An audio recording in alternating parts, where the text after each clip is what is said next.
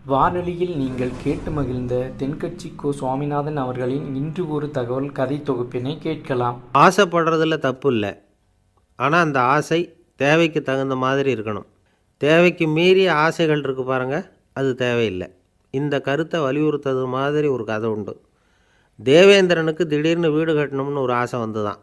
வீடுன்னா நாம் கட்டுற மாதிரி இல்லை. தேவேந்திரன் வீடுன்னா சும்மாவா, ஒரு பிரம்மாண்டமான அரண்மனை கட்டணும். அது மாதிரி இந்த 3 லோகத்துலேயும் ஒரு அரண்மனை கிடையாது அப்படின்னு எல்லாரும் சொல்லணும். இது அவனோட ஆசை. உடனே தேவ தச்சரான விஸ்வகர்மாவை கூப்பிட்டான், உத்தரவு போட்டான். விஸ்வகர்மா தன்னுடைய உதவியாளர்களை எல்லாம் கூப்பிட்டு ஒன்றா சேர்த்துக்கிட்டார். படாத பாடுபட்டு ஒரு பெரிய அரண்மனையை கட்டி முடித்தார்.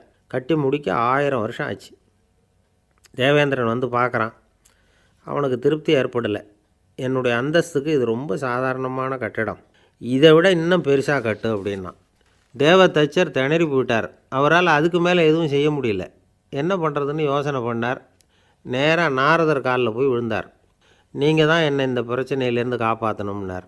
நாரதர் யோசனை பண்ணார். சரி, கவலைப்படாதேன்னார். நேராக இந்திரன்கிட்ட போனார். இந்திரன் வந்து நாரதரை பார்த்த உடனே வாங்கன்னு கூட்டிகிட்டு போய் அரண்மனையை காட்டினான். இது மாதிரி ஒரு அரண்மனையை நீங்கள் வேறு எங்கேயாவது பார்த்துருக்குறீங்களா அப்படின்னு ரொம்ப பெருமையாக கேட்டான். நான் பார்த்ததில்லை, ஆனால் என்னை விட வயசில் மூத்தவர் மகரிஷி லோமேசர், அவர் ஒரு வேளை பார்த்துருக்கிறாரா என்னமோ அப்படின்னார். உடனே அவரை மனசில் நினச்சி தியானம் பண்ணினார். அடுத்த கணம் லோமேசர் அங்கே வந்தார். இடையில் ஒரு சின்ன துண்டு, கையில் ஒரு கமண்டலம், தலையில் ஒரு பாய், அவ்வளவுதான் அவர்கிட்ட இருந்தது. எதுக்காக தலையில் எந்த பாய் அப்படின்னு கேட்டான் இந்திரன். என்ன மாதிரி அற்ப ஆயுள் உள்ள ஒரு ஜீவன் தனியாக வீடு கட்டிக்கிட்டு திண்டாடணுமா? இந்த பாய் தான் ஒரு வீடு மாதிரி எனக்கு நிழல் கொடுக்குது அப்படின்னார் அவர். என்னது, உங்களுக்கு வந்து அவ்வளவு கொஞ்சமான ஆயுளா அப்படின்னு ஆச்சரியத்தோடு கேட்டான் இந்திரன். ஆமாம், இதை பாரு, என்னுடைய மார்பில் ஒரு பொற்காசு அளவுக்கு ரோமம் உதிர்ந்துட்டுது. எப்போ என் உடம்புல உள்ள எல்லா ரோமமும் உதிர்ந்துருமோ அப்போ என்னுடைய ஆயுள் முடியும் அப்படின்னார். எப்போ அந்த ரோமங்கள் பூரா உதிரும்னு கேட்டான் இவன். ஒரு பிரம்மா மறைஞ்சதும் ஒரு ரோமம் உதிரும். என் உடம்புல உள்ள ரோமங்களின் எண்ணிக்கை எவ்வளவோ அவ்வளவு பிரம்மாக்கள் தோன்றி அவங்க ஆயுள் முடியும் பொழுது என் உடம்புல உள்ள ரோமங்கள் பூரா உதிரும் அப்படின்னார். அப்படின்னா ஒரு பிரம்மாவோட ஆயுள் எவ்வளவு காலம்னு கேட்டான். ஒரு பிரம்மாவுக்கு 100 தேவ வருஷம். ஒவ்வொரு தேவ வருஷத்துக்கும் 365 தேவ நாள். ஒவ்வொரு தேவ நாள்லேயும் ஒன்றை மாதிரி 14 இந்திரர்கள் தோன்றி மறைகிறாங்க அப்படின்னு மகரிஷி லோமேசர் சொல்கிறார். இதை கேட்டதும் இந்திரன் ஆடி போயிட்டான். அவ்வளவு ஆயுள் உள்ள இவரே அற்ப ஆயுள்னு சொல்கிறார். நான் என்னுடைய ஆயுளை பெருசாக நினச்சிக்கிட்டு பிரம்மாண்டமான அரண்மனை கட்டணும்னு ஆசைப்படுறேனே அப்படின்னு நினச்சான். எனக்கு வீடு கட்டின வரைக்கும் போதும்னு விட்டான். அதனால் நாமெல்லாம் நம்முடைய தேவைக்கு தகுந்த மாதிரி ஆசைப்படுறது தான் நியாயம். ஆனால் அப்படியே நடந்துக்கிறோம். மனுஷன் வந்து கடவுளையே ஏமாற்றி காசு வாங்கிறதுக்குள்ள ஆசைப்படுறான். ஒருத்தன் கடவுளை நினச்சி தவம் இருந்தான். கடவுள் நேரில் வந்தார். தேவலோகத்தில் ரூபாய்க்கெல்லாம் என்ன மதிப்புன்னு கேட்டான். அங்கெல்லாம் ரூபாய்ங்கிறது உங்கள் பணத்தில் 1 கோடி ரூபாய்க்கு சமம். அதாவது தேவலோகத்தில் 1 ரூபான்னா இங்கே 1 கோடி ரூபா. அது மாதிரி எங்களுக்கு ஒரு நாளுங்கிறது உங்கள் கணக்கில் 1 கோடி வருஷத்துக்கு சமம் அப்படின்னார் கடவுள். அப்படின்னா எனக்கு நீங்கள் அதிகமாக எதுவும் தர வேணாம், உங்கள் கணக்குப்படி ஒரே 1 ரூபா கொடுங்க, அது போதும்னா இவன் ரொம்ப சாமர்த்தியமாக.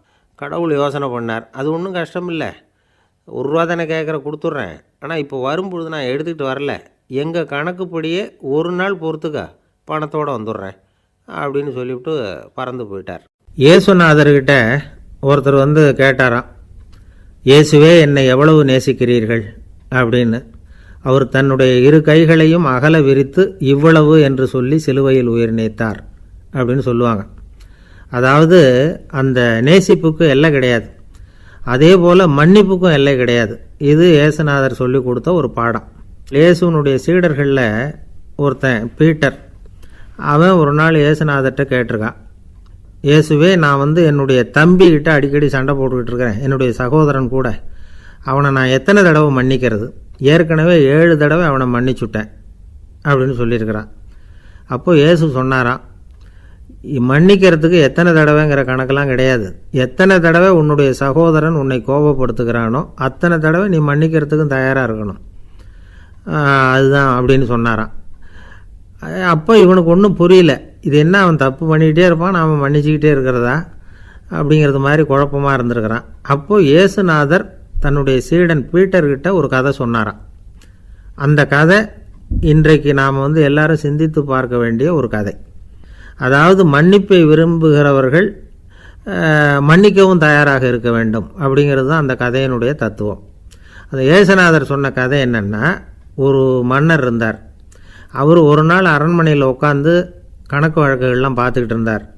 நம்ம அரண்மனையிலேருந்து யார் யார் அரசாங்க கடன் வாங்கியிருக்கிறாங்க, யார் யார் திருப்பி செலுத்தியிருக்கிறாங்க அப்படிங்கிற விவரத்தையெல்லாம் பார்த்துக்கிட்டு இருந்தார்.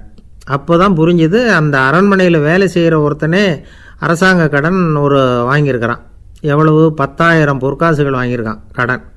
இந்த 10,000 பொற்காசுகளை திருப்பி செலுத்தலை அரசாங்கத்துக்கு. இது மன்னர் கவனத்துக்கு வந்தது. உடனே நம்ம அரண்மனையில் இருக்கிறவனே அரசு கடன் வாங்கி திருப்பி செலுத்தாமல் இருக்கான், அவனை கூப்பிட்டு வாங்கன்னு சொல்லி கூப்பிட்டுட்டு வந்தாங்களாம். விசாரிச்சிருக்கிறாங்க. என்னப்பா நீ எவ்வளோ ஒன்று?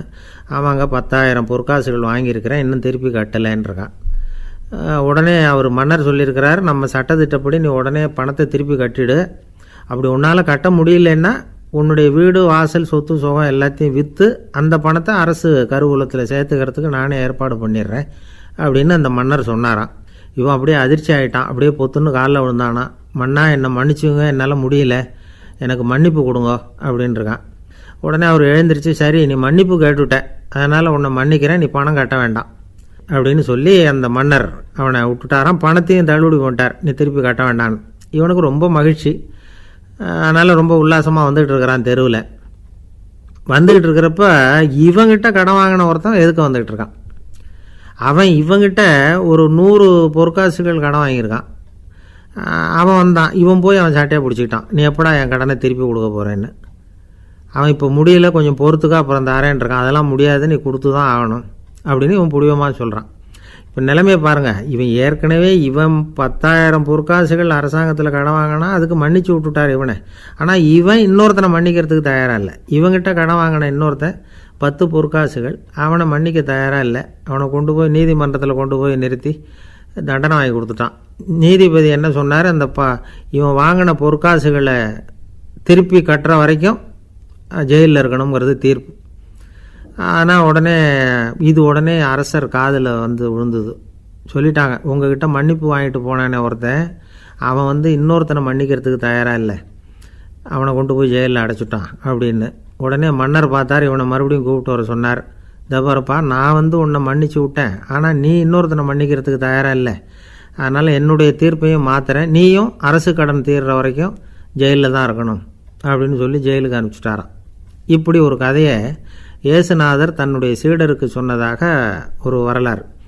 அது என்ன, அதிலேருந்து நாம் புரிந்து கொள்ள வேண்டியதுன்னா, நாம் மன்னிக்கப்படணும்னு நாம் விரும்புகிறோம்னா நாம் இன்னொருத்தரை மன்னிக்கிறதுக்கு தயாராக இருக்கணும். அதனால் நாம் இன்னொருத்தரை யாரையும் மன்னிக்க மாட்டோம், ஆனால் என்ன இன்னொருத்தர் மன்னிக்கணும் அப்படிங்கிறது மாதிரி செய்யக்கூடாதுன்னு சொல்லுவாங்க. அது மாதிரி நாம் இப்போ இது தப்பாக புரிஞ்சுக்கிறவங்களும் இருக்கிறாங்க. பாவம் மன்னிப்புங்கிறதுலாம் எதுக்குன்னா, அதாவது மறுபடியும் பாவம் செய்யாமல் இருக்கிறதுக்காக தான். அதான் மன்னிக்கிறாரே அப்படிங்கிறதுக்காக மறுபடியும் பாவம் பண்ணிகிட்டு இருக்கிறது இல்லை. அதான் ஒருத்தர் கேட்டாராம், பாவத்திலேருந்து மன்னிப்பு கிடைக்கணும்னா நீ என்ன செய்யணும் அப்படின்னு கேட்டிருக்கார். அதுக்கு அவன் சொல்லியிருக்கிறான், நான் முதல்ல பாவம் செய்யணும், அப்போ தான் நான் மன்னிப்பு கிடைக்கும் அப்படின்னு நானாம். இப்படிப்பட்டவர்கள் தான் இன்றைக்கி உலகத்தில் அதிகமாக இருக்கிறாங்க. அதனால் இந்த மன்னிப்பின் மகத்துவங்கிறது இயேசுநாதர்கிட்டேருந்து தான் நாம் புரிஞ்சுக்கணும். அந்த இயேசு சொன்ன அந்த மன்னிக்கிற மனோபாவம் இருந்தால் இன்றைக்கி உலகம் பூராவும் அமைதி பூங்காவாக இருக்கும். அதில் ஒன்றும் ஆச்சரியமே இல்லை, அதில் ஒன்றும் சந்தேகமும் இல்லை.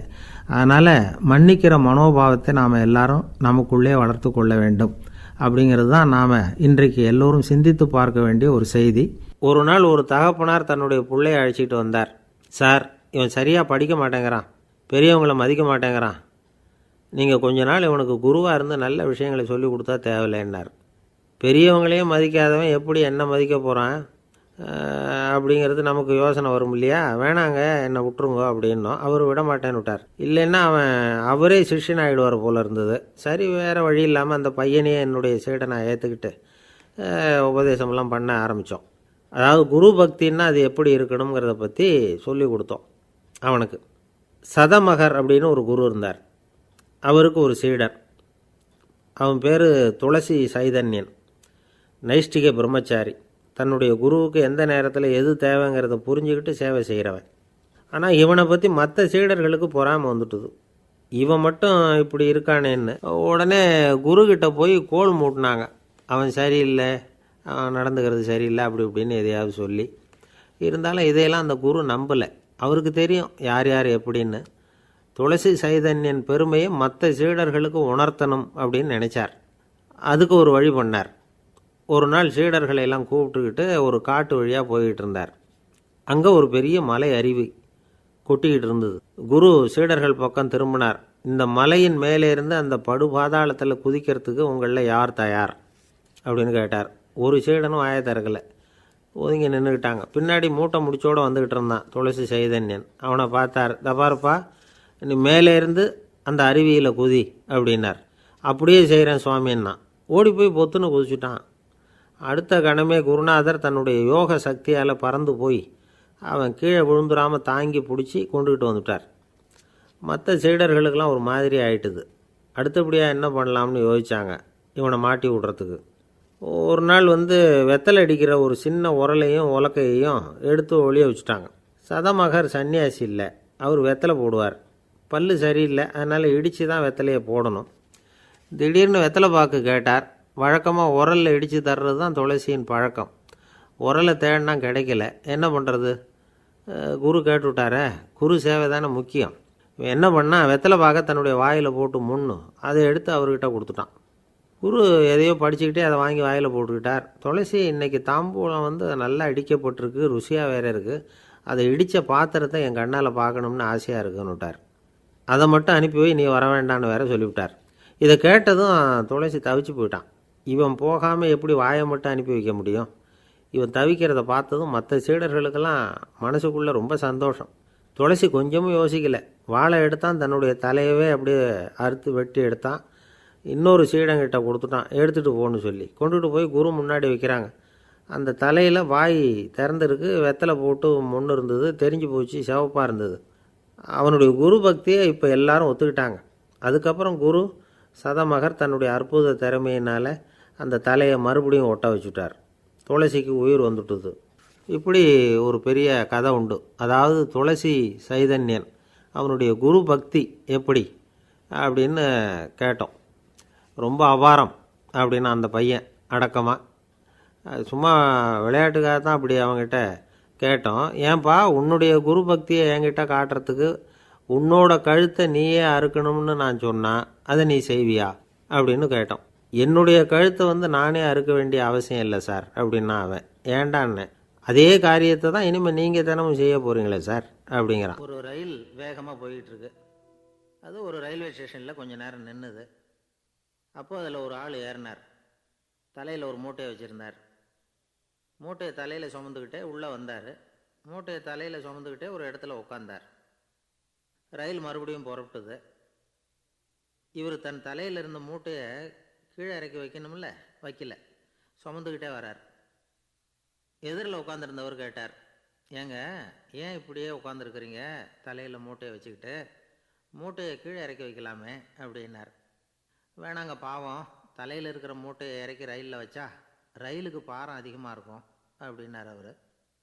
இப்படி ஒரு ஆளை பார்த்தா நமக்கு சிரிப்பு தான் வரும். ஏன்னா ரயிலுங்கிறது அந்த மூட்டையையும் சேர்த்து சுமந்துக்கிட்டு தான் போகுது. அவன் அந்த மூட்டையை தலையில் வச்சுருந்தாலும் ஒன்று தான், தரையில் வச்சுருந்தாலும் ஒன்று தான். அதனால் ரயிலுக்கு எந்த மாற்றமும் ஏற்பட போகிறதில்ல. அதே மாதிரி தான் நம்ம மனமும். இதுவும் ஒரு தேவையில்லாத சுமை, அனாவசியமாக சுமந்துக்கிட்டு இருக்கிறோம். இதை கீழே இறக்கி வச்சுட்டா வாழ்க்கை பிரயாணம் சுகமாக இருக்கும். ரயில் பிரயாணம் பண்ணுற அந்த ஆள் மூட்டையை சுமக்கிறான், வாழ்க்கை பிரயாணம் பண்ணுற நாம் மனசை சுமக்கிறோம். இது ரெண்டுக்கும் எந்த வித்தியாசமும் இல்லை.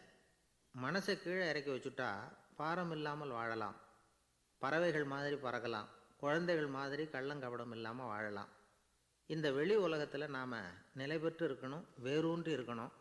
அதே சமயம் நம்முடைய உள்வெளியில் ஆன்மீக வாழ்க்கையில் பாரம் இல்லாமல் இருக்கணும். அப்போ பறக்கணும், நதியை போல் ஓடணும், மிதக்கணும். பயணம் சுகமாக இருக்கும், களைப்பு தெரியாது, கவலை தெரியாது. ஒரு சீடன் போதி தர்மரை நாடி வந்தான். குருவே, நீங்கள் என்னை வெறுமையாக இருக்க சொன்னீங்க, நான் இப்போ மறுபடியும் வெறுமையானவன் ஆகிட்டேன், அதனால் இப்போ என்ன செய்ய சொல்கிறீங்க என்ன அப்படின்னு சொல்லி நின்னான். உடனே அந்த குரு பக்கத்தில் இருந்த ஒரு குச்சியை எடுத்து அவன் தலையில் அடித்து, போய் அந்த வெற்றுத்தன்மையையும் வீசி எறிந்து விட்டு வா அப்படின்னார். நான் இப்போ காலியாக இருக்கிறேன்னு ஒருத்தன் சொல்கிறான்னு வச்சுங்க, அது உண்மை இல்லை. ஏன்னா இன்னமும் அதில் நான்கிற எண்ணம் இருக்குது. எந்த சிந்தனையும் இல்லாமல் இருக்கிறது கடினம்தான். ஆனாலும் மனிதன் அதில் உள்ள நுட்பத்தை புரிஞ்சுக்கிட்டான்னா இவ்வளவு தூரம் தூக்கி சுமந்துக்கிட்டு வந்த அந்த மனதின் முட்டாள்தனத்தை அவனே பார்த்துட்டு சிரிப்பான். இதுதான் பெரியவங்க சொல்லியிருக்கிற ஆலோசனை. நம்மால் ஒருத்தன் தலையில் ஒரு பெரிய மூங்கில் கூடையோடு ரயிலில் உட்காந்தான். கூடை தலையில் இருந்தது, கீழே இறக்கி வைக்கல. எதிரில் இருந்தவர் கேட்டார், ஏங்க எதுக்காக அதை அனாவசியமாக சுமந்துக்கிட்டே இருக்கீங்க, கீழே இறக்கி வைங்களேன்னார். இல்லைங்க, நான் வீட்டை விட்டு புறப்படும் பொழுதே என் பையன் சொல்லிவிட்டான் கூடையை தலையை விட்டு இறக்கக்கூடாதுன்னு அப்படின்னார். அவன் சின்ன பையன், விவரம் இல்லாமல் சொல்லியிருப்பான். இப்போ என்ன நேரில் வந்தால் பார்த்துக்கிட்டு இருக்கிறான், நீங்கள் இறக்கி வைங்கன்னார் அவர். அவன் நேரில் பார்த்துக்கிட்டு இல்லை, இருந்தாலும் நான் இந்த கூடையை கீழே இறக்கி வச்சா அது அவனுக்கு தெரிஞ்சிடும் அப்படின்னாரு இவர். அது எப்படின்னார் அவர். அவன் தனக்கு டிக்கெட்டு வாங்க வேணாம்னு சொல்லி இப்போ இந்த கூடைக்குள்ளே தான் உட்காந்துருக்கிறான் அப்படின்னார் இவர். ஒருத்தர் ரொம்பவும் மகிழ்ச்சியாக வந்துக்கிட்டு இருந்தார். என்ன விஷயம்னு விசாரித்தேன். நான் தோற்று போயிட்டேன், அதுதான் மனசுக்கு மகிழ்ச்சியாக இருக்குது அப்படின்னார். எனக்கு இது ரொம்ப ஆச்சரியமாக போச்சு. இந்த உலகத்தில் தோற்று போகிறவங்க யாரும் மகிழ்ச்சியாக இருக்கிறதில்ல. அப்படி இருக்கிறப்ப இவர் இப்படி சொல்கிறாரே, எங்கே தோற்று போனீங்கன்னு கேட்டேன். அதுக்கப்புறம் தான் அவர் விவரமாக சொன்னார். என்னோடய 5 வயசு குழந்தையோடு நான் விளையாடிக்கிட்டு இருந்தேன். அந்த விளையாட்டில் என் குழந்தை ஜெயிச்சு விட்டுது, நான் தோற்று போயிட்டேன் அப்படின்னார் ரொம்ப உற்சாகமாக. நான் யோசித்து பார்த்தேன். அதாவது நாம் சின்ன குழந்தையாக இருக்கிறப்போ எந்த விளையாட்டில் கலந்துக்கிட்டாலும் அதில் நாம் தான் ஜெயிக்கணும்னு ஒரு வெறி நமக்குள்ளே இருக்கும். நம்மளை எதிர்த்து விளையாடுறவர் நல்லவரா கெட்டவரா, பெரியவரா சின்னவரா அப்படிங்கிறதெல்லாம் முக்கியம் கிடையாது. அவர் தோற்று போகணும், நாம் ஜெயிக்கணும், அதுதான் முக்கியம். எதிரியை சந்தோஷப்படுத்த விளையாடுகிற கலை அப்போ நமக்கு தெரியறதில்ல. வாழ்க்கையில் ஒரு பக்குவம் வந்ததுக்கு அப்புறம் வெற்றி பெறணுங்கிற மன அழுத்தம் போயிடுது. போட்டியில் ஜெயிக்கணுங்கிறத விட குழந்தையை சந்தோஷப்படுத்தணுங்கிறது முக்கியமாக போச்சு. ஜெயிக்கணுங்கிற வெறி ஓடி போட்டுது. ஒரு குழந்தையாக இருந்தப்போ நம்ம வளர்ச்சிக்கு உதவிய வெறி பெரியவனானதுக்கு பிறகு நமக்கு எதிரியாக மாறுது.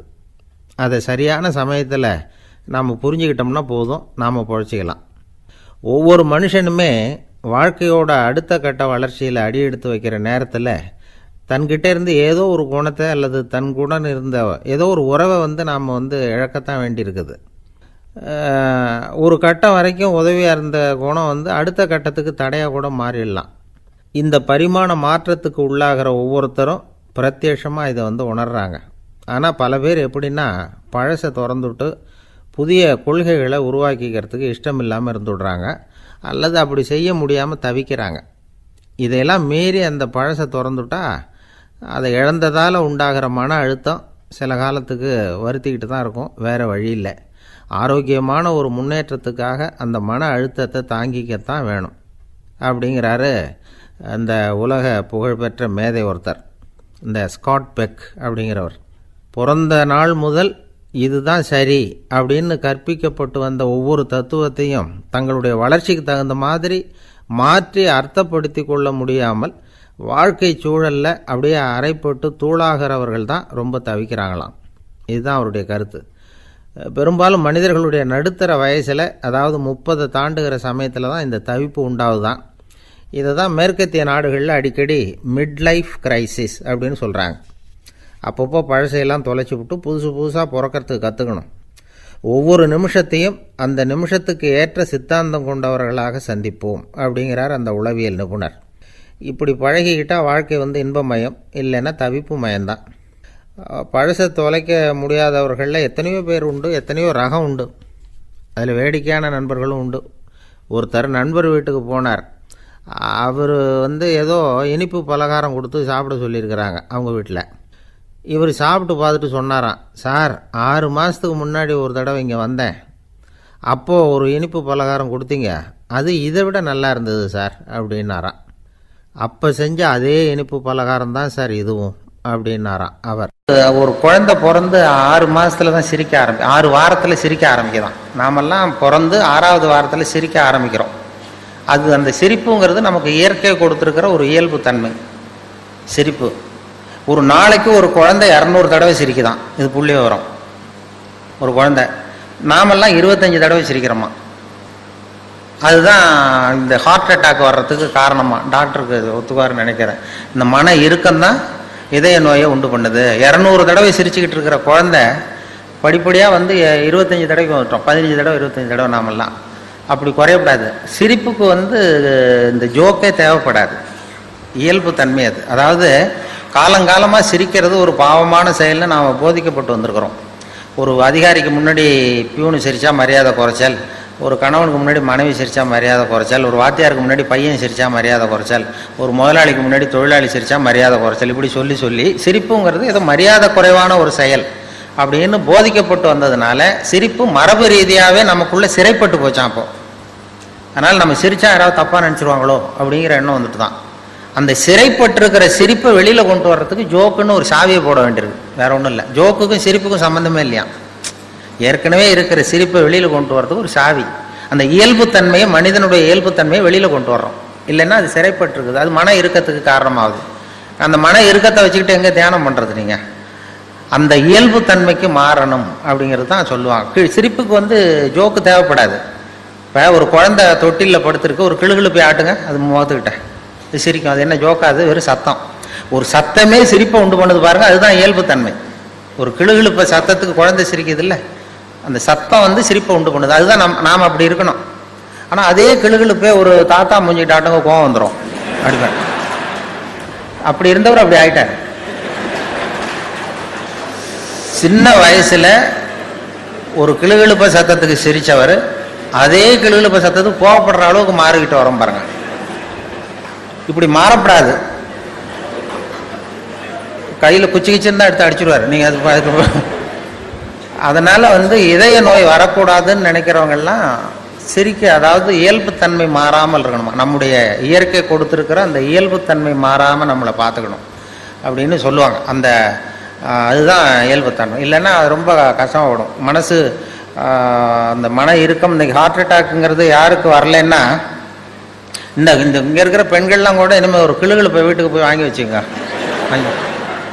யாராவது உங்கள் வீட்டுக்காரர் கோபமாக வந்தாருன்னா அப்படி இப்படி ஆட்டி பாருங்க.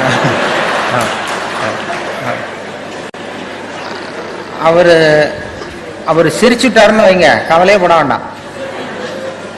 அவர் ஏதாவது கோவப்பட்டாருன்னா உடனே இசிஜி எடுத்து பார்க்கணும், பார்த்து சரியா இருக்கா. அதுதான் இப்போ மருத்துவம் சொல்லுகிற உண்மை.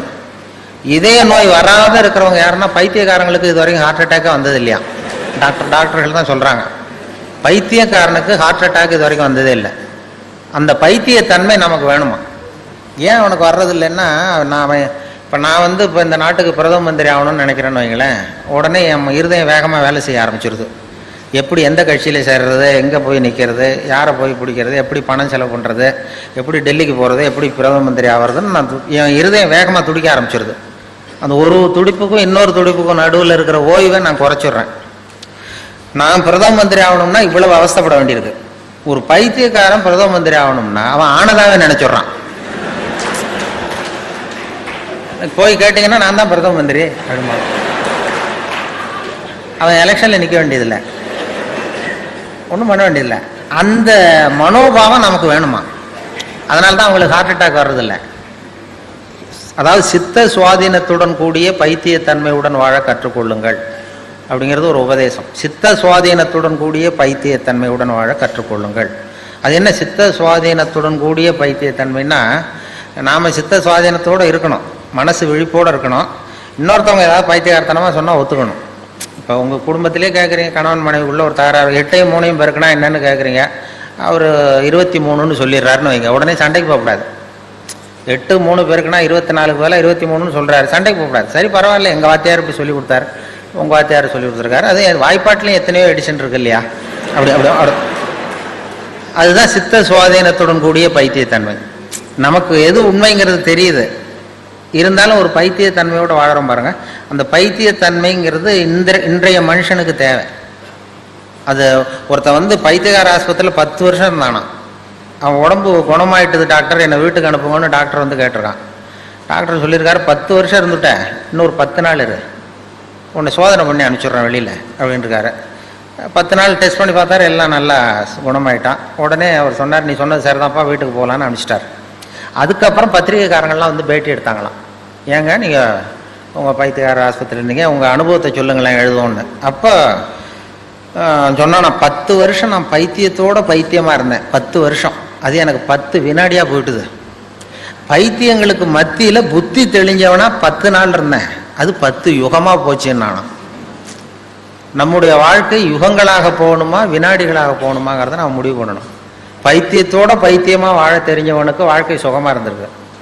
பைத்தியங்களுக்கு மத்தியில் புத்தி தெளிஞ்சவனா வாழறவனுக்கு வாழ்க்கை யுகமாக கடினமாக இருந்திருக்கு. அதனால தான் நாம் வந்து அதுக்காக சுத்தமாக பைத்தியமாகவும் மாறிட முடியாது, சட்டையை கழிச்சுட்டு அலைய முடியாது. சித்த சுவாதீனத்துடன் கூடிய பைத்தியத்தன்மை அப்படின்னு அதுக்காக தான் அதை சொல்கிறாங்க. சித்த சுவாதீனத்துடன் கூடிய பைத்தியத்தன்மையுடன் வாழ கற்றுக்கொள்ள. ஒரு வயசான அம்மா தெரு வழியாக போயிட்டு இருந்தாங்க. அவங்க கையில் எண்ணத்தையோ வச்சுக்கிட்டு அதை அடிக்கடி பார்த்துக்கிட்டே இருந்தாங்க. ஒருத்தன் மெதுவாக அவங்கக்கிட்ட போய் கையில் இருக்கிறது என்ன அப்படின்னு எட்டி பார்த்தா அவங்க கையில் 4 பல் இருந்துதான். இவன் ஆச்சரியமாக அந்த அம்மாவை பார்த்தான். ஏம்மா, உனக்கு என்ன பைத்தியமா, ஏது இந்த பல், இதை என்னத்துக்காக கையில் வச்சுக்கிட்டு அலைஞ்சிக்கிட்டு இருக்கிற அப்படின்னு கேட்டிருக்கான். அதுக்கு அந்த அம்மா விவரம் சொல்ல ஆரம்பித்தாங்களாம். இதை பாருப்பா, எனக்கு ஒரு மகன் இருந்தான், அவனை ரொம்ப செல்லமாக வளர்த்தேன். அவனை தரையிலேயே நடக்க விடுறதில்ல, எப்பவும் தூக்கி வச்சுக்கிட்டு இருப்பேன். அவன் நல்லா பெரியவனாகி பள்ளிக்கூடம் போகிறப்ப கூட அவன் புஸ்தக மூட்டையை நான் தான் சுமந்துக்கிட்டு போவேன். பார்க்குறவங்க கூட கேலி பண்ணுவாங்க, ஏம்மா படிக்க போகிறது நீயா உன் பிள்ளையான்னு கேட்பாங்க.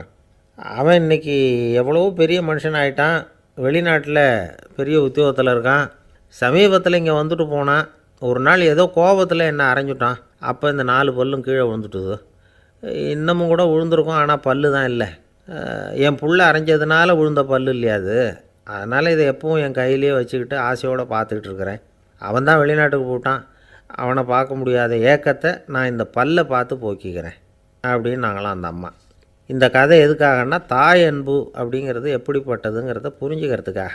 கல்யாணம் ஆனதுக்கப்புறம் தாயை மறந்து விட்றவங்க எத்தனை பேர் இந்த உலகத்தில், அவங்க காதில் வேணுங்கிறதுக்காக தான் இந்த தகவல். ஆனால் ஒரு விஷயம் மட்டும் நல்லா புரிஞ்சுக்கணும், தாயை மதிக்க தெரிஞ்சவங்க தான் இன்றைக்கி வந்து வாழ்க்கையில் எல்லா விதத்துலேயும் முன்னுக்கு வந்திருக்கிறாங்க. வேணும்னா விசாரித்து பார்த்துக்குங்க. இன்னொரு அம்மா இருந்தாங்க, அவங்க தினமும் ஒரு கோயிலுக்கு வருவாங்க. சாமியை பார்த்து, கடவுளே நான் இறந்து போனால் நரகத்துக்கு போகணும் அப்படின்னு வேண்டிக்குவாங்களாம். எல்லோரும் சொர்க்கத்துக்கு போகணும்னு தானே கடவுள்கிட்ட வேண்டிக்குவாங்க. இந்த அம்மா தினம் வந்து நான் நரகத்துக்கு போகணும் அப்படின்னு வேண்டிக்கிறாங்க. அங்கே இருந்த அர்ச்சகருக்கு இது சந்தேகம். ஒரு நாள் அதை நேரடியாகவே அவங்கக்கிட்ட கேட்டுவிட்டார். அதுக்கு அந்த அம்மா பதில் சொன்னாங்களாம், ஐயா, எனக்கு கல்யாணம் ஆகி ரொம்ப நாள் வரைக்கும் குழந்தை பாக்கியம் இல்லாமல் இருந்தது. கோயில் குளம் எல்லாம் சுற்றி வந்தேன். ரொம்ப நாள் கழித்து ஒரு குழந்தை பிறந்தது, ஆண் குழந்தை. அவனை நான் ரொம்ப செல்லம் கொடுத்து வளர்த்தேன். அதோட விளைவு என்ன ஆச்சுன்னா, அவன் ரொம்ப மோசமாக ஆகிட்டான். கெட்ட பழக்க வழக்கம்லாம் கற்றுக்கிட்டான். அவன் இறந்து போனால் நிச்சயம் அவனுக்கு நரகம்தான் கிடைக்கும். அந்த அளவுக்கு கெட்டவன் அவன். அப்படிப்பட்ட காரியங்கள்லாம் பண்ணிகிட்ருக்கான், எனக்கு தெரியும். இவனுக்காக நரகத்தில் கூட யாரும் தயவு காட்ட மாட்டாங்க, தாட்சண்யம் காட்ட மாட்டாங்க. அதனால் இவனுக்கு முந்தி நான் இறந்து நரகத்துக்கு போயிட்டா அங்கே இவனை கவனிச்சிக்கலாமே, இவனுக்கு பணிவிடை செய்யலாமேன்னு பார்க்குறேன் அப்படின்னு நாங்களாம். அதனால தான் நான் நரகத்துக்கு போகணும்னு தினம் ஆண்டவனை வேண்டிகிட்டு இருக்கிறேன் அப்படின்னு கண்கலங்கி அந்த அம்மா சொன்னாங்களாம். அதுதான் தாய் உள்ளம்ங்கிறது. தாயின் பெருமையை வந்து சரியாக உணர்ந்துட்டா அவங்களுக்கு எப்பவும் எந்த கஷ்டமும் வராது. இது ஏதோ உபதேசத்துக்காக சொல்கிற வார்த்தை இல்லை, உண்மையான வார்த்தை. இந்த விவரத்தையெல்லாம் நண்பர் ஒருத்தர்கிட்ட சொல்லிக்கிட்டு இருந்தேன். அவர் கொஞ்ச நாள் கழித்து என்னை தேடி வந்தார். அவர் கையிலேயும் 4 பல் வச்சுருந்தார். என்னங்க ஆச்சு, ஏதுங்க இந்த பல் அப்படின்னு விசாரித்தோம். உங்கள் உபதேசத்தை கேட்டுவிட்டு இந்த உலகத்தில் எல்லாரையும் தாயாக நினைக்க ஆரம்பிச்சிட்டேன்.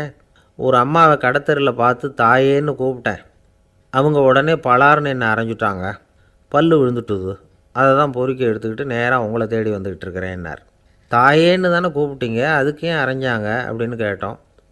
நான் தாயேன்னு கூப்பிட்டது அவங்க காதில் நாயேன்னு விழுந்துட்டு தான், அதுதான் இப்படி ஆயிட்டுது அப்படின்னார். ஒரு காட்டில் ஒரு நரி இருந்தது. ஒரு நாள் காலை நேரம் அது தன்னுடைய இருப்பிடத்திலிருந்து வெளியில் வந்தது. கொஞ்சம் தூரம் நடந்து வந்தது. அப்போ தான் அது தன்னோட நிழலை கவனித்து பார்த்தா அது ரொம்ப நீளமாக பெருசாக இருக்குது. காலை நேரத்தில் நிழல் அப்படி தானே இருக்கும். ஆனால் அந்த நரிக்கு அந்த விஷயம் தெரியல. தன்னுடைய நீண்ட பெரிய நிழலை பார்த்து ஆச்சரியப்பட்டது. ஆஹா, நாம் இவ்வளவு பெருசாக இருக்கிறோம் அப்படின்னா என்னுடைய காலை சாப்பாட்டுக்கு ஒரு யானை இல்லைன்னா ஒரு ஒட்டகம் கிடைச்சாதான் சரியாக இருக்கும் போல இருக்கு அப்படின்னு முடிவு பண்ணிக்கிட்டுது. உடனே ஒரு யானை அல்லது ஒட்டகத்தை தேடி அலைஞ்சுது, எங்கே கிடைக்கும்னு. கிடைக்கவே இல்லை. மத்தியானம் 12 மணி ஆயிட்டுது. பசியோடு அலையுது.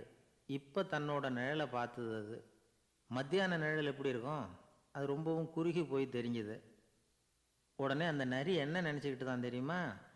காலை ஆகாரம் சாப்பிடாததுனால நம்ம உடம்பு இப்படி அழைச்சி போட்டுதே அப்படின்னு நினச்சிக்கிட்டு தான். கொஞ்ச நேரம் கழித்து மறுபடியும் தன்னுடைய நிழலை பார்க்குது. அது இன்னமும் குறுகி போய் காலடியிலேயே வந்துட்டுது. அதுக்கு பயமாக போயிடுது. ஐயையோ, இன்னும் கொஞ்சம் நேரத்தில் நாம் இறந்துருவோம் போல இருக்கே, இப்போ என்ன செய்கிறது? இந்த சமயத்தில் ஒரு எறும்பு கிடைச்சா கூட போதும், அதை நம்ம காலை ஆகாரமாக நினச்சி சாப்பிட்டுள்ளாமே அப்படின்னு நினச்சி தான். நம்முடைய நிழல் கூட நம்மளை மாதிரியே தான் அடிக்கடி மாறிக்கிட்டே தான் இருக்குது. அது எப்பவும் ஒரே மாதிரி இருக்கிறது இல்லை.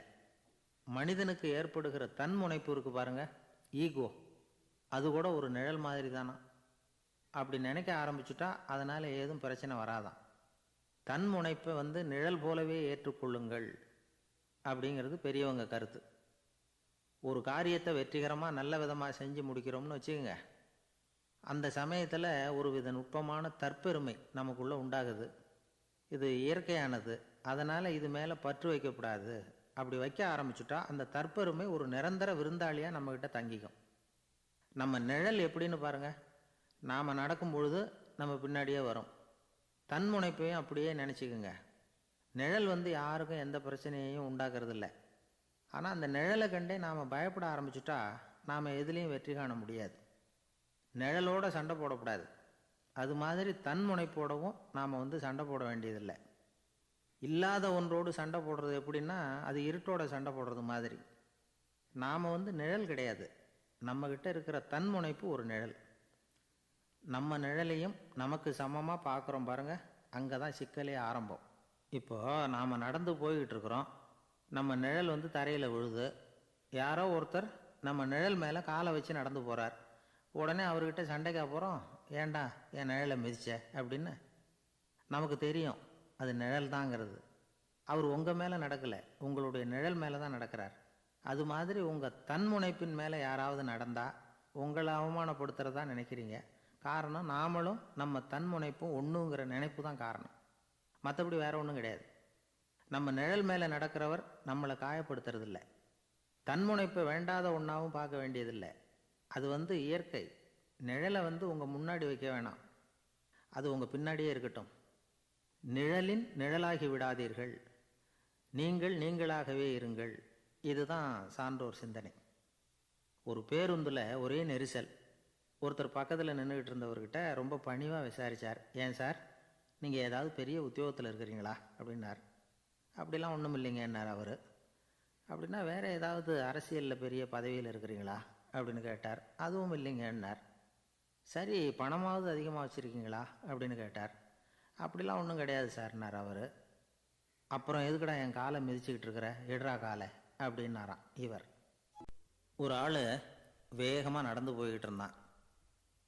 அவன் வேகமாக நடக்கிறதுக்கு காரணம் வெயில் காலம், காலில் செருப்பு இல்லை, மணல் பாதை, அதுதான் வேகம். காலில் செருப்பும் இல்லாமல் கையில் குடையும் இல்லாமல் அந்த ஆள் வெயிலில் நடந்து போய்கிட்டு இருக்கிறான். அந்த சமயத்தில் இன்னொருத்தன் குதிரை மேலே ஏறி அந்த வழியாக வந்துக்கிட்டு இருக்கிறான். அவன் காலில் செருப்பும் இருந்தது, கையில் குடையும் இருந்தது. நடந்து போய்கிட்டு இருந்தவன் அந்த குதிரை ஆசாமியை பார்த்து கேட்டான், ஐயா, நீங்களும் குதிரை மேலே உட்காந்துக்கிட்டு போய்கிட்டு இருக்கிறீங்க, அப்படி இருக்கிறப்போ உங்களுக்கு அந்த செருப்பு என்னத்துக்கு, அதை எனக்கு கொடுத்து உதவலாமே அப்படின்னா. குதிரை மேலே உட்காந்துருந்தவன் யோசனை பண்ணி பார்த்தான், இவன் சொல்கிறது நியாயம்தானே அப்படின்னு சொல்லி தன்னுடைய செருப்பை கழட்டி அந்த வழிப்போக்கனுக்கு கொடுத்துட்டான். ரொம்ப நல்லதுங்க அப்படின்னு சொல்லி இவன் அதை வாங்கி காலில் மாட்டிக்கிட்டான். அதுக்கப்புறம் மறுபடியும் இவன் ஆரம்பித்தான், ஐயா, நீங்கள் குதிரையில் போகிறதுனால போக வேண்டிய இடத்துக்கு வேகமாக போய் சேர்ந்துருவீங்க, அதனால் உங்கள் கையில் அந்த குடை என்னத்துக்கு, நான் நடந்து போயிட்டுருக்கிறவன் ரொம்ப நேரம் நடக்க வேண்டியிருக்கும் இந்த வெயிலில், அதனால் அந்த குடையையும் எனக்கு கொடுங்களேன் அப்படின்னா. குதிரை வீரன் யோசனை பண்ணி பார்த்தான், இதுவும் நியாயம்தானே அப்படின்னு அவனுக்கு தோணுச்சு. உடனே இறக்கப்பட்டு தன் காலில் இருந்த செருப்பை கொடுத்தது மாதிரியே தன் கையில் இருந்த கொடையையும் இவங்கிட்ட கொடுத்துட்டான். அதுக்கப்புறம் அவன் நிம்மதியாக புறப்பட்டான். இப்போ மறுபடியும் கை தட்டி அவனை நிறுத்தினான். கீழே நின்றுக்கிட்டு இருந்தவன், என்னப்பா ஏன் என்னை நிறுத்தினேன், இன்னும் ஏதாவது வேணுமா உனக்கு அப்படின்னா குதிரையில் இருந்தவன். இவன் மெதுவாக வாயை திறந்து, அந்த குதிரையையும் என்கிட்ட கொடுத்துருங்களேன்னா. அந்த குதிரை வீரன் இப்போ ஒரு கணம் யோசனை பண்ணி பார்த்தான். உடனே என்ன பண்ணான் தெரியுமா, தன்கிட்ட இருந்த குதிரை சவுக்கை எடுத்தான். குதிரை சவுக்கால் அந்த ஆளை வாங்குவாங்கன்னு வீசி தள்ளிவிட்டான். இவ்வளவு சவுக்கடியும் வாங்கிக்கிட்டு இந்த ஆள் என்ன பண்ணான் தெரியுமா, சிரிக்கிறான். அடி வாங்கிட்டு யாராவது சிரிப்பாங்களா? குதிரை வீரனுக்கு ஒன்றும் புரியல. என்னப்பா அது, ஏன் இப்படி அடி வாங்கிட்டு இப்படி சிரிக்கிறியே அப்படின்னு கேட்டான். இப்போ அந்த வழிப்போக்கன் சொல்கிறான், ஐயா நான் இப்படி சிரிக்கிறதுக்கு காரணம் இருக்குது. இப்படி குதிரை கேட்டு உங்ககிட்ட அடி வாங்கலைன்னு வச்சுக்கோங்க, என் உயிர் உள்ள வரைக்கும் மனசில் ஒரு தவிப்பு இருந்துக்கிட்டே இருக்கும். செருப்பையும் கொடையையும் கேட்ட உடனே கொடுத்தவன் குதிரையையும் கேட்டிருந்தா கொடுத்துருப்பானோ அப்படிங்கிற பேராசையில் ஏங்கிக்கிட்டே இருந்திருப்பேன். இப்போ உங்ககிட்ட அடி வாங்கின பிறகு என்னுடைய அந்த சந்தேகம் தீர்ந்து போச்சு. என்னுடைய ஆசைக்கு எல்லை எது அப்படிங்கிறத எனக்கு புரிஞ்சுட்டுது அப்படின்னு சொல்லிவிட்டு அவன் நடக்க ஆரம்பிச்சிட்டானான். ஆசைக்கும் எல்லை உண்டு அப்படிங்கிறத விளக்கறதுக்காக வாரியார் சுவாமிகள் சொல்கிற கதை இது. இந்த காலத்துலேயும் ஒருத்தன் அது மாதிரி கொடை செருப்போட குதிரையில் போய்கிட்டு இருந்தான். எதிரில் நடந்து வந்தவன், ஐயா உங்கள் கொடையை எனக்கு கொடுங்களேன்னு கேட்டான். உடனே அவன் குதிரையிலேருந்து கீழே குதித்து அவனை சாட்டையால் அடிக்க ஆரம்பிச்சிட்டான். இன்னொருத்தர் அந்த வழியாக வந்தவர் இதை பார்த்தார். ஏன்பா அவன் கேட்டான், உன்னால் முடியலன்னா இல்லைன்னு சொல்லிட வேண்டியது தானே, அதுக்காக ஏன் இப்படி அவனை போட்டு அடிக்கிறேன்னு கேட்டார். உங்களுக்கு விவரம் புரியாது சார், காலம் ரொம்ப கெட்டு போச்சு. கேட்டதை கொடுத்தேன்னு வச்சுக்கோங்க, இந்த குதிரையே என்னோடது, அவன் திருடிக்கிட்டு போகிறான் அப்படின்னு என் பேரில் புகார் கொடுக்க ஆரம்பிச்சிருவான் சார் அப்படின்னா. அது எப்படி அவ்வளோ உறுதியாக சொல்கிறேன்னு கேட்டார் அவர். ஏற்கனவே அது மாதிரி ஒருத்தன் பேரில் புகார் கொடுத்துட்டு தான் இந்த குதிரையை நான் தள்ளிட்டு வந்துக்கிட்டு இருக்கிறேன் அப்படின்னு. ஒரு ஊரில் ஒரு மன்னர் இருந்தார். அழகான அரண்மனையில் அவர் இருந்தார். அந்த அரண்மனையை விட அழகாக ஒரு மாளிகையை அந்த ஊர்லேயே வேற ஒருத்தன் கட்டியிருந்தான். அப்படி கட்டி முடித்ததில் அவனுக்கு ரொம்ப பெருமை. எத்தனையோ செல்வந்தர்கள்லாம் வந்து பார்த்துட்டு, இந்த மாளிகையை விலைக்கு கொடுத்துட்றியா, எவ்வளோ விலை சொன்னாலும் சரி நாங்கள் வாங்கிக்கிறதுக்கு தயாராக இருக்கோம் அப்படின்னு சொல்லி கேட்டு பார்த்துட்டாங்க. நான் இதை விற்கிறதுக்கு தயாராக இல்லை அப்படின்னு சொல்லிவிட்டான்.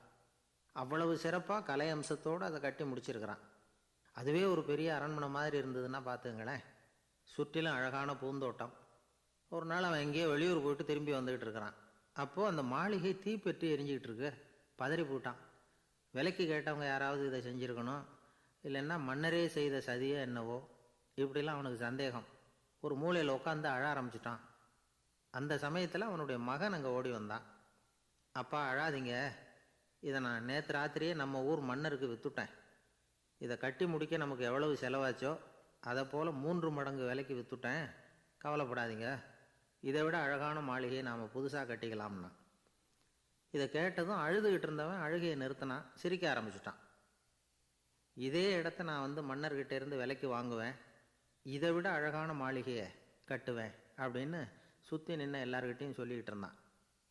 இந்த சமயத்தில் அவனோட இளைய மகன் ஓடி வந்தான். அப்பா அண்ணன் சொன்னதெல்லாம் சரிதான், மன்னர்கிட்ட விலை பேசினதெல்லாம் உண்மைதான், ஆனால் விற்றது பேச்சு அளவில் தான். இனிமே தான் பத்திரம் வாங்கணும், எழுதணும், நீங்கள் கையெழுத்து போடணும், பதிவு பண்ணணும், மன்னர்கிட்ட பணம் வாங்கணும், அதுக்காகத்தான் உங்களை எதிர்பார்த்துக்கிட்டு இருந்தோம், அதுக்குள்ளே இப்படி ஆயிட்டுதுன்னா. இப்போ சிரிச்சுக்கிட்டு இருந்தாவன் சிரிப்பை நிறுத்தினான். மறுபடியும் குழந்தை மாதிரி அழ ஆரம்பிச்சிட்டான். இது ஒரு சம்பவம்.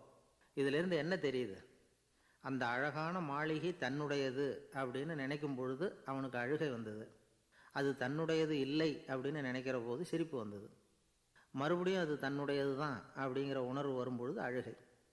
எது எதிலிருந்து நீ நீங்கி இருக்கிறாயோ அது அதிலிருந்து உனக்கு துன்பம் இல்லை அப்படிங்கிறார் திருவள்ளுவர். இந்த உடம்பு என்னுடையதில்லை அப்படிங்கிற உணர்வு வந்துட்டா அது ஒரு பெரிய நிலை. அந்த நிலை வந்து வரணும்.